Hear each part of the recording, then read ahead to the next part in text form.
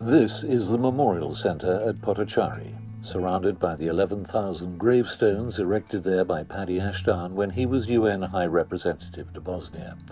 No effort has been spared to commemorate the greatest atrocity in Europe since the Second World War. But is the story true? Marko Gasic was spokesman for the Serbian Information Centre throughout the Balkan conflicts, and he has a very different view of what happened.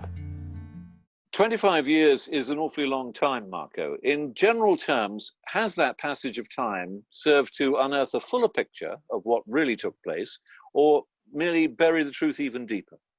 The truth about what really happened at Srebrenica is in danger of being buried deeper and probably for the next century. I mean, what I see here is waves of accusation. Initial wave of anti-Serb accusation revolved around the execution of prisoners of war.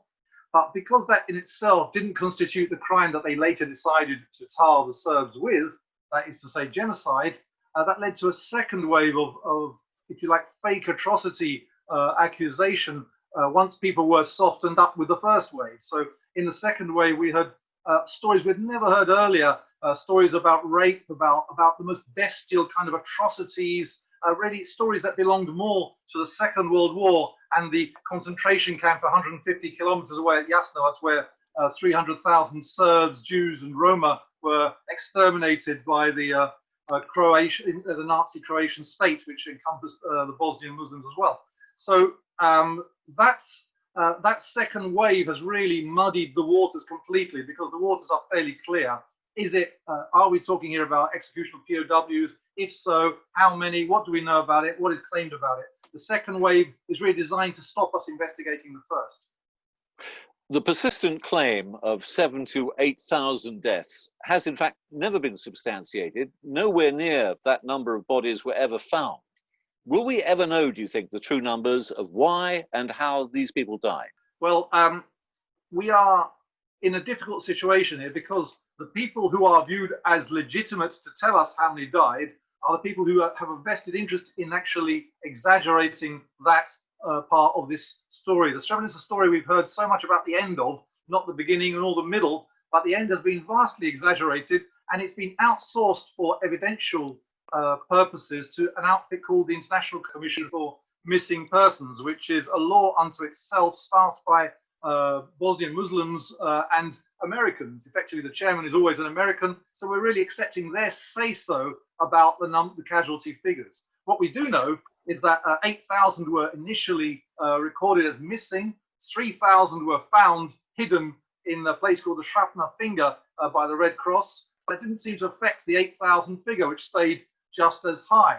So we have real evidence, or rather we have every indication shows that the figure of total dead is far less, based on the population of figures that were in Srebrenica at the time, and based on our knowledge. Even the tribunal itself has found Karadzic and Mladic guilty of 5,100 approximately deaths.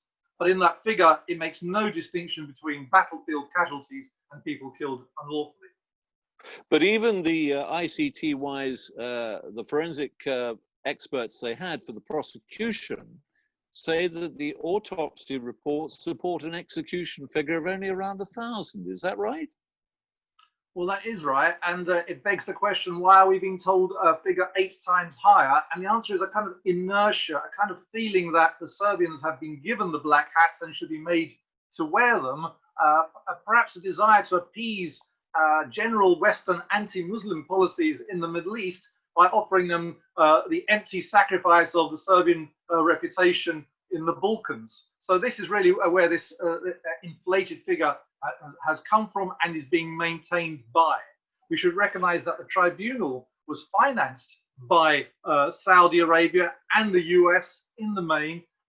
We know from work done by the Balkan Conflicts Research Team that a document from the CIA has been unearthed, dated February the 1st, 1993. And in that document, it's perfectly obvious that they are talking about the formation of an anti-Serb tribunal, one to highlight supposed Serb atrocities, but not to talk about Islamist atrocities by the Bosnian Muslims in Bosnia, because that would embarrass the Middle East. So we know that this tribunal was built and conceived with an inbuilt anti-Serbian bias from the start, which it has done very well, executed very well. One recent and shocking discovery in 2017, I think it was the immunity from public or legal scrutiny, which was granted to the ICMP, which the people, of course, who had the task of providing the evidential basis for the genocide narrative. What can you tell us about that agreement? Well, it's actually shocking. I mean, essentially, in 1998, in Bosnia, a law was passed allowing the ICMP to hide its evidence from any external scrutiny, including that of the tribunal itself. And in Croatia, a similar law was passed in 2002. So effectively, why would two of the warring parties in the Yugoslav conflict be passing laws designed to shield the evidence of Serbian innocence or guilt from scrutiny? Because surely justice should not only be done, but be seen to be done. And here justice is being denied by being hidden. The evidence is being hidden. Even the fact that the evidence is being hidden is being hidden. So what we have here is a systematic campaign to produce a result for which the tribunal was formed originally, an anti-Serb equation of Serbs as genocide perpetrators rather than as they were historically genocide victims. One prosecutor, I believe, said in open court that it wasn't only the defense that were being denied material from the ICMP, she hadn't had access to it either. So it does seem to be the case that really there was never any prospect or of any material of probative value being made available.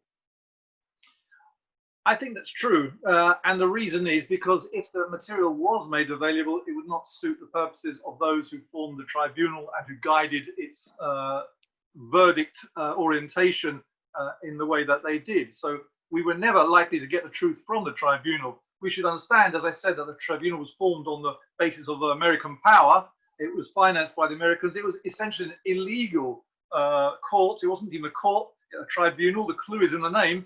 It was formed by the Security Council, which had no right to form it. That said, it was told by the Security Council to stay with existing international law and not improvise, not make its own laws up as it went along. Yet that is exactly what this tribunal has been doing.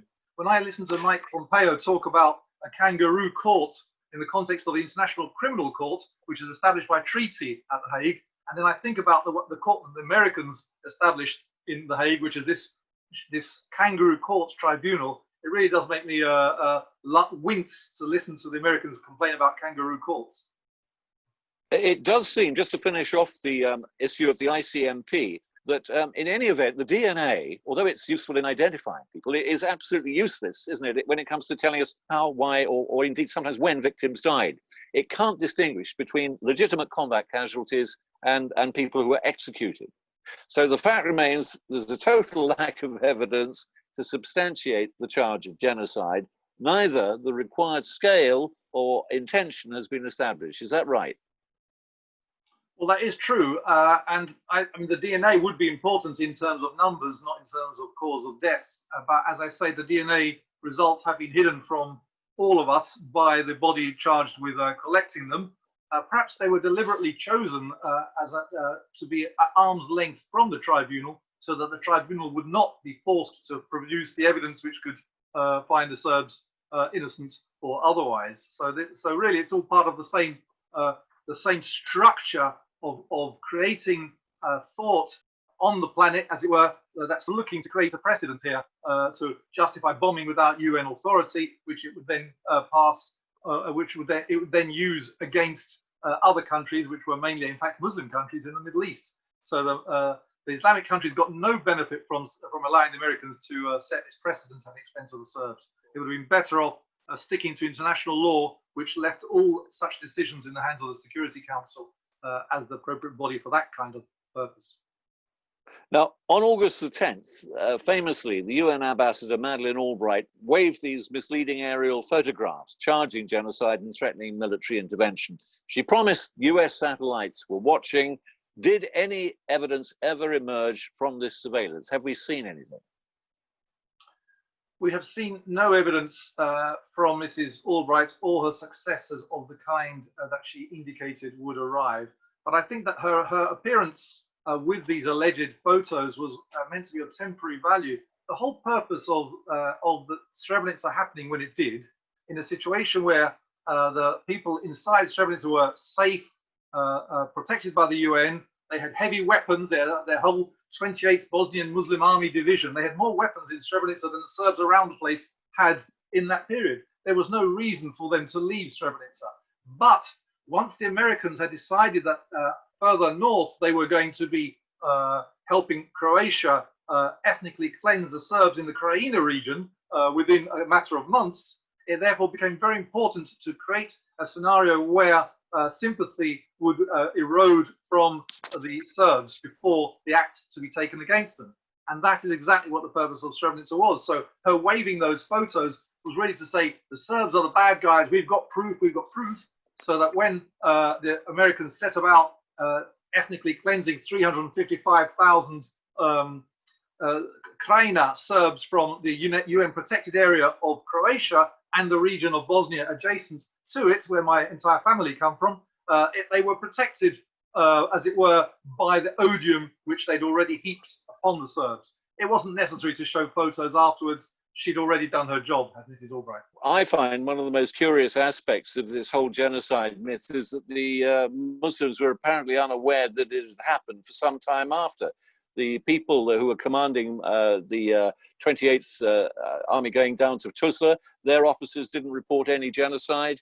And Izetbegovic himself didn't refer to a genocide until 4 months later.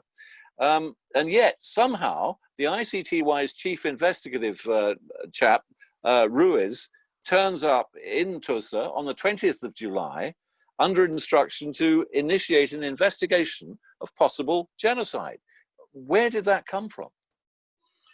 Well, I think it came from Washington. It's perfectly clear because the genocide precedent had been conceived by Bill Clinton's team in Washington, and it was essentially necessary for the freedom of action for the Americans for the purposes of lift and strike, which they were arguing for then, the power to bomb the region, as it were, without the UN objecting even, that the genocide rap, as it were, be laid against the Serbs.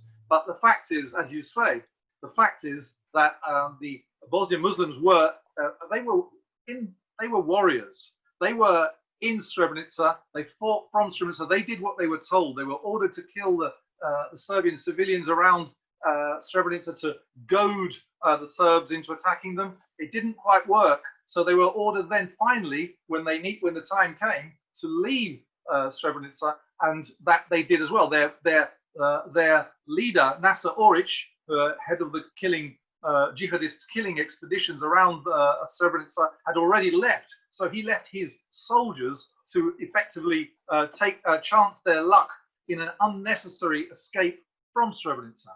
And I think what the Muslim world needs to know, and the Bosnian Muslims need to admit, is that the warriors, that the soldiers in Srebrenica were just that, these men and boys of the Bosnian Muslim army in Srebrenica. They did not spare the women and children of the Bosnian Serb villages around. They did what they were told. They killed when they were told to kill, even if it was civilians that they were killing. And when they were told to escape from Srebrenica, that's what they did. They were not told to surrender, and they didn't surrender. They fought. You can call them callous killers, but what you can't call them is cowards. And the Muslim world needs to know they were shaheed. They were killed in those battles around Srebrenica to a level that the tribunal doesn't want to investigate or admit. And this is for the purposes of pretending that we were talking about some kind of civilian Bosnian Muslim male presence in Srebrenica, when everyone knows that we were talking about an army, a jihadist army that had a previous pedigree of murder in the villages around Srebrenica.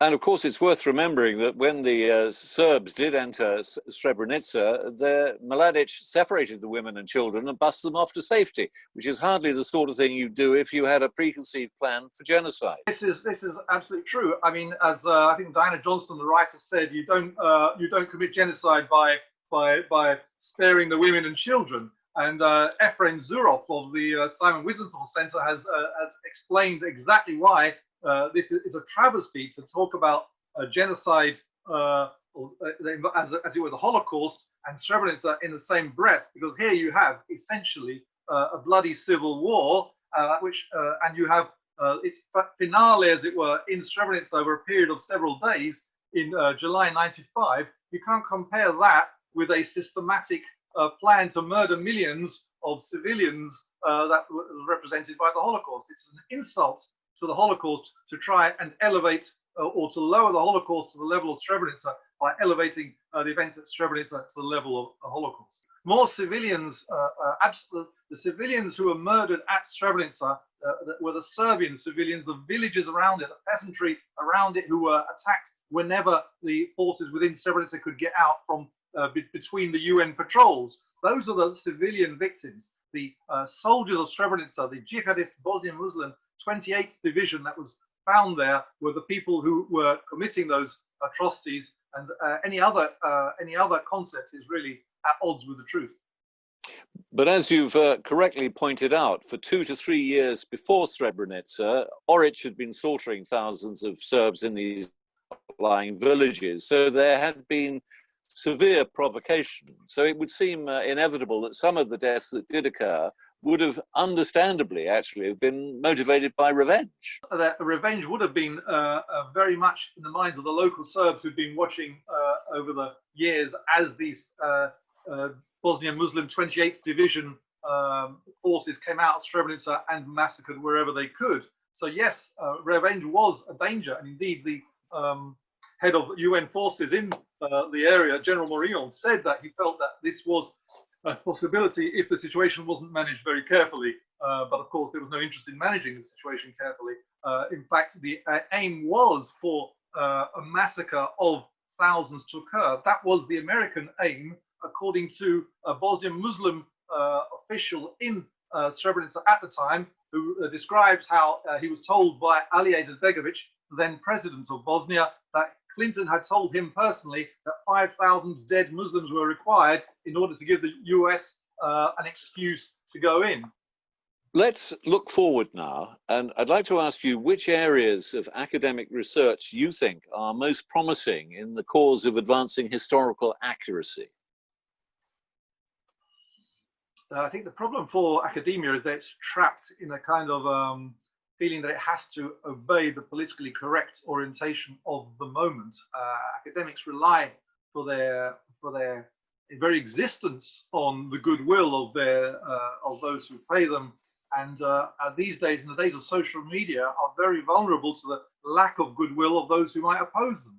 So I think I'm a bit worried for academia because it hasn't got the freedom to do this kind of research, to investigate this properly, and to come out with a view that might contradict the received wisdom. Because should it do so, it will be attacked by a combination of American CIA intelligence trolls operating through social media, or the 77th Brigade that we've got here in the UK. It will be attacked immediately for any dissenting views. And so I fear that academia will not yet be able to help us come to a solution to this. I think it needs really information from the people in the Balkans. I think the Muslims themselves, the Bosnian Muslims, really should understand that the road to reconciliation does not lead through demonization. If they want to have any kind of relationship with the Bosnian Serbs, then they shouldn't be accusing them of being the worst neighbors since Hitler.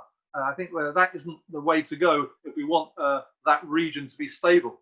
Of course, if we want that region to be unstable, like some elements in Washington do, then it's absolutely fine for this war of words and war of propaganda and war of images to continue at the expense of one of the sides. Depressingly, you seem to be suggesting, Marko, that a fabricated version of history, unsubstantiated by facts on the ground, can actually endure. I think it can endure for approximately 100 years until all the people who've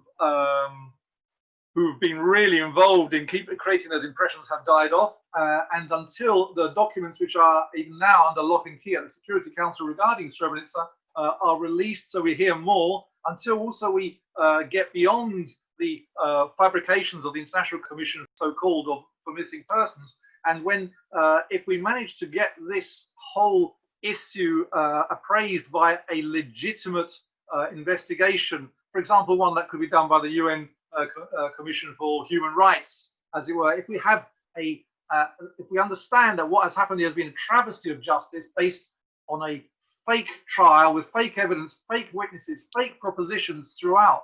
This International Criminal Tribunal for the former Yugoslavia, otherwise known as the Hague Tribunal, is a purveyor of fake news par excellence. As such, it only lends the region instability and dissent and future blood in future generations. We need an honest inquiry, not one financed by the US and Saudi Arabia. To what extent were the Serbs opposed to the Muslims on the basis of faith? It's true that Bosnia had a difficult history on the basis of faith divisions, but what is also true is that come the war of the 90s, the Bosnian Serbs and the most popular Bosnian Muslim leader, Fikret Abdic, were actually in alliance throughout the war of the 90s, and most people don't know this. So the Bosnian Muslims were actually divided into two camps. One around Izetbegovic, who was the Islamist, who said there was no peace and coexistence between the Islamic and non-Islamic institutions. And the other Bosnian Muslim leader was a guy called Fikret Abdic, who was in northwest Bosnia around Bihać. And his view was coexistence was entirely possible and should be encouraged. And he and the Bosnian Serbs, his forces, his Bosnian Muslim forces, and the Bosnian Serbs were in alliance throughout the war.